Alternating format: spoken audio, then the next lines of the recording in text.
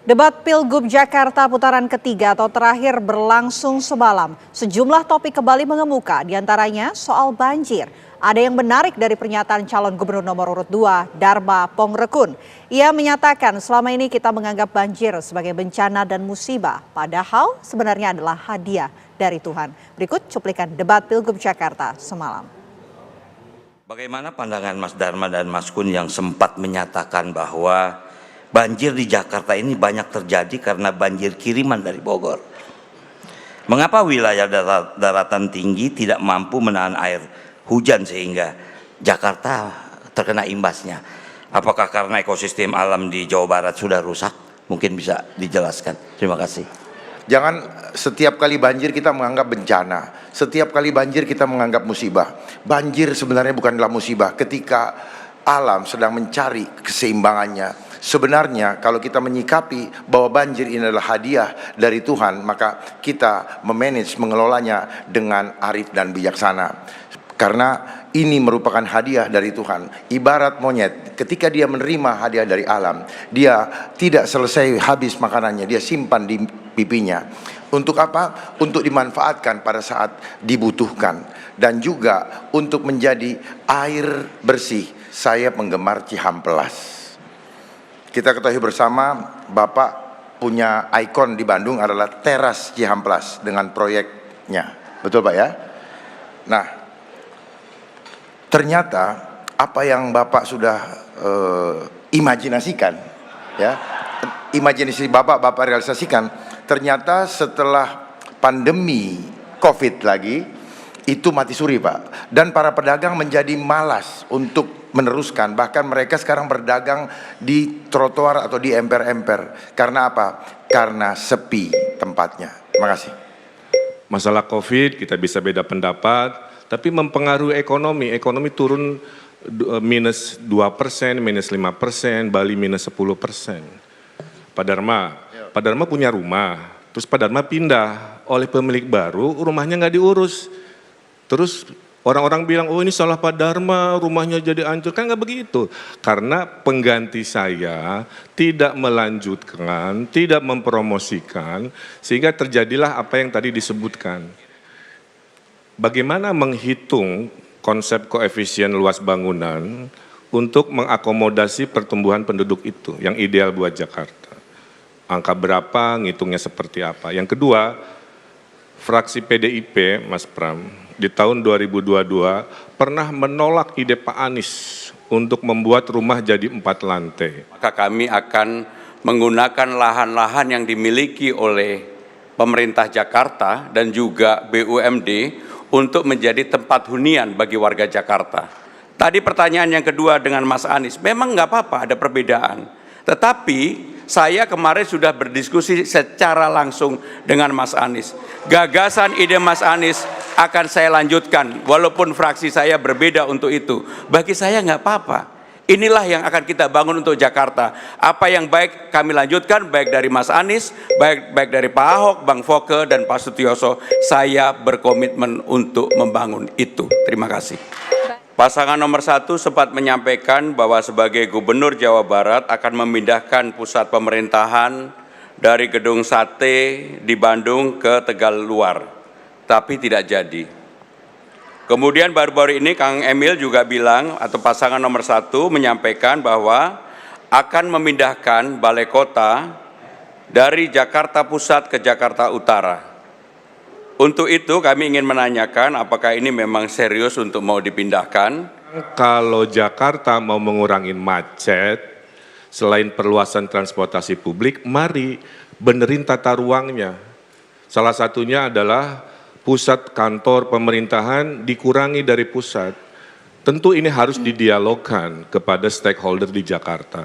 Kenapa di Jakarta Utara? Aksesnya bagus. Ancol itu punya hak 200 hektar membangun. Tinggal kita bikin pusat bisnis baru dengan anchor tenant-nya adalah akumulasi dari perkantoran-perkantoran pemerintahan Jakarta.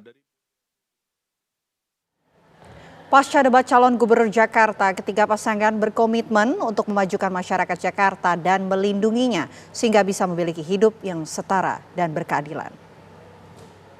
Jadi sudah sembakonya murah, sekolahnya digratiskan, kemudian KJP dilanjutkan, anggaran para pengurus wilayah juga dinaikkan, termasuk rumah kita akan renovasi rapihkan, ada anggaran 50 juta per rumah sampai 100 juta, sehingga nanti kampung-kampungnya rapih, ya, tidak ada seng lagi, tidak ada kardus lagi, semua akan rapi oleh program. Inilah kebijakan dari pasangan Ridho untuk memastikan golongan paling bawah itu kita lindungi, kita bersamai. Nah tentunya juga program nasional ya, Giant Sea Wall Pak Prabowo kita akan sukseskan, kita akan sempurnakan. Juga program makan gratis, bergizi, kita luaskan untuk lansia, untuk ojol di hari-hari tertentu. Kemudian juga transportasi dari zaman Pak Jokowi MRT yang sudah sangat baik, kita akan luaskan Transjakarta sampai Bogor, sampai Bekasi, sampai Tangerang, Jaklingko-nya sampai ke ujung kampung dan lain sebagainya. Kita akan lakukan perubahan nyata, tidak hanya sekedar meliput berita, tapi meliput berita untuk menggaungkan Indonesia sedang tidak baik-baik saja. Dan Jakarta yang 65% uang beredar juga sedang tidak baik-baik saja. Mari kita kembalikan Jakarta agar Jakarta maju, rakyatnya makmur. Lihat saja bagaimana produk impor sudah membanjiri Jakarta. Apa rekan-rekan tidak sadar itu? Bahwa itu tujuannya untuk menghancurkan produsen lokal dan akhirnya banyak yang PHK. Kalau sudah banyak PHK, pedagang pun akan mati suri. Bahkan tidak bisa bangkit lagi. Apalagi dengan regulasi-regulasi yang ada. Apalagi dengan aplikasi temu di mana konsumen bisa berhubungan langsung dengan pabrikan yang ada di Cina. Bagi saya pribadi, pemilihan gubernur ini hanya temporary, sementara saja. Tetapi pertemanan, persahabatan lebih utama bagi saya dan Bang Dul untuk melihat dan menjaga agar Jakarta ini menjadi tempat role model baru bagi sebuah pemilihan gubernur yang kompetitif tapi berlangsung riang gembira, karena ini merupakan apa yang menjadi keinginan saya dan Bang Dul lakukan. Hampir semua program tentunya tidak harus dilanjutkan. Kami akan secara selektif melihat bagaimana kemanfaatannya bagi warga Jakarta.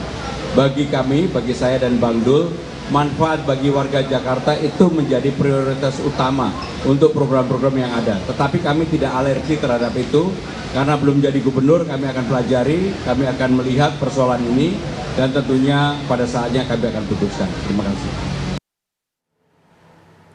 Dalam debat ketiga Pilkada Jakarta, masing-masing paslon memaparkan visi misinya dengan tema lingkungan, perkotaan, dan perubahan iklim. Keseruan debat semalam pun juga menjadi perbincangan netizen di media sosial. Beragam respon baik positif maupun negatif dilontarkan kepada para pasangan calon. Lantas dalam debat ketiga yang menjadi debat pamungkas, siapakah yang dapat mengambil hati warga Jakarta?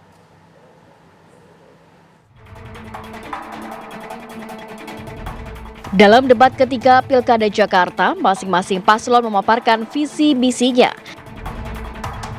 Dalam visi misi yang disampaikan saat debat putaran terakhir, Ridwan Kamil menyebut masalah tata ruang terjadi karena tidak dilaksanakan dengan baik sejak masa kolonial.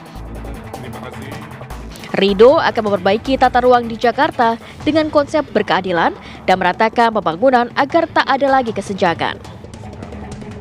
Pak Ridwan Kamil dan Pak Susono itu punya metode menyelesaikan masalah dari utara, tengah, dan dari selatan. Karena sumber banjirnya itu nggak cuma dari satu sumber, satu masalah. Gitu. Kita perlu sumber resapan, yes. Tapi di utara itu asalnya banjirnya banjirop yang dari laut, dari selatan itu datangnya dari Bogor ya, daerah-daerah Jawa Barat yang di atas, banjir kiriman. Dan dari tengah ternyata kita punya masalah air tanah kita kering. Karena kita masih pakai air tanah. Maka di utara kita tanggulkan Jakartanya. Ini juga seirama dengan di 03 dan 02 juga ada pohon mangrove-nya nanti di situ. Kemudian di tengah kita melakukan pipanisasi ya, karena juga salah satu program Pak Anies pada zamannya itu untuk 100% Jakarta itu pipanisasi, kita sempurnakan, kita capaikan untuk 100%. Agar apa? Masyarakat tidak menggunakan lagi air tanah dan tanahnya itu nggak kering dan menyebabkan banjir. Dan di selatan kita punya waduk ya, yang ini udah dikerjakan, tinggal insya Allah ini menahan 30% debit air yang dari selatan, sehingga jangan sampai banjir dulu di Jakarta. Sementara calon gubernur nomor urut 2 Dharma Pongrekun memaparkan visi misi dengan menghadirkan program 10 aman dan 5 mandiri. Cagup dari jalur independen tersebut juga menyinggung soal ancaman pandemi sebagai agenda elit global. Normalisasi dari 13 DAS, daerah aliran sungai, tetap dilakukan seperti yang lama. Karena memang itu turun-temurun, itu kan yang harus dilakukan. Tetapi naturalisasi juga tetap. Yang baru dari kami adalah hutan di setiap pinggir kali. Baru kolam pipi monyet. Baru teknologi yang dari pipi monyet ini, kalau monyet kan makan, kan kalau dia kenyang, itu kayak nampung air ya, kenyang. Disimpan di kiri kanannya. Nah, jadi ada waduk-waduk kecil di kolam setiap. retensi lah ya sebenarnya ya. Kalau dia penuh ntar gimana, Bu? Enggak, dia simpan penuh di sini kan, disimpan di sini. Baru dari sini diolah, itu kan air tawar. Melalui teknologi, terus melalui pipanisasi, PAM, PDAM. Nah, itu disalurkan kepada masyarakat. Itu air bersih, jadi tidak perlu Jadi beli kalau galon. pipi monyet Jadi itu- nggak ada gratis-gratisan, ya kan? Yang gratisannya nggak jelas. Tetapi itu air yang itu, karena bilang kan banjir itu oleh paslon kami itu anugerah. Jangan kita bilang mau lawan bagaimana, kita di bawah laut. Calon gubernur nomor urut 3, Pramono Anung menawarkan visi misi yang tidak hanya sekedar gimmick dan juga janji kosong. Dalam visi misinya, Pramono Rano berjanji untuk menata kampung dan menyediakan hunian terjangkau untuk warga. Jansiwal itu adalah program nasional yang dilanjutkan di Pemprov DKI. Bahkan Mas Pram dan Bang Dul juga akan membuat seperti itu, ditambahkan dengan mangrove seawall. Tujuannya apa? Untuk bisa nyaman terhadap lingkungan hidup dan juga bisa mengantisipasi banjir. Di sisi lain juga kami meneruskan programnya Pak Anies, yaitu menambah 1,1 juta sumur resapan. Karena sumur resapan ini ternyata efektif membantu sungai dan waduk juga untuk mengantisipasi banjir, agar aliran airnya itu bisa terkendali. Di sisi lain yang paling selalu diucapkan oleh Mas Pram dan Bang Dul adalah pasukan oranye. Ini programnya Pak Ahok juga. Kenapa penting? Karena ya itu seperti yang saya selalu sampaikan, bahwa kita lihat BKT produknya Voke ini begitu bagusnya, tapi berarti di sini terjadi penyumbatan di aliran-aliran yang menuju ke BKT. Nah, tujuan dari pasukan oranye itu adalah memastikan bahwa aliran itu tidak terhalangi oleh sampah. Nah, ini berkaitan lagi juga pengendalian sampah. Keseruan debat semalam pun juga menjadi perbincangan netizen di media sosial. Beragam respon baik positif maupun negatif dilontarkan kepada para pasangan calon. Semalam itu kan kami ngambil data itu dari jam 4 sore sampai jam 11.15 malam. Nah, kita sambil kita hadirkan ya peta percakapan ada beberapa di poin media yang sosial menarik. ya. Ya, kalau di peta SNA itu contoh misalkan Ini kayak dia gini. ya, Bang ya? Nah, itu kelihatan itu kan ada dua. Ini bukan klaster tapi kelompok.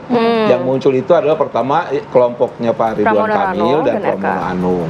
Dan di tengah-tengah itu yang tidak kami tandai itu adalah kelompok-kelompok baik pendukungnya Pak Ridwan Kamil maupun Pramono Anung. Terus di tengah itu ada yang namanya Husnul Khotimah. Itu dua akun. Itu adalah dua akun yang dulu representasi dari Ahok terus Pak Ganjar gitu. Yang satu lagi ya Neng Monika itu pendukungnya Pak Anies. Ini sekarang suaranya sama. Menuju ke mana mereka? Menuju ke Pramono Anung. Gitu.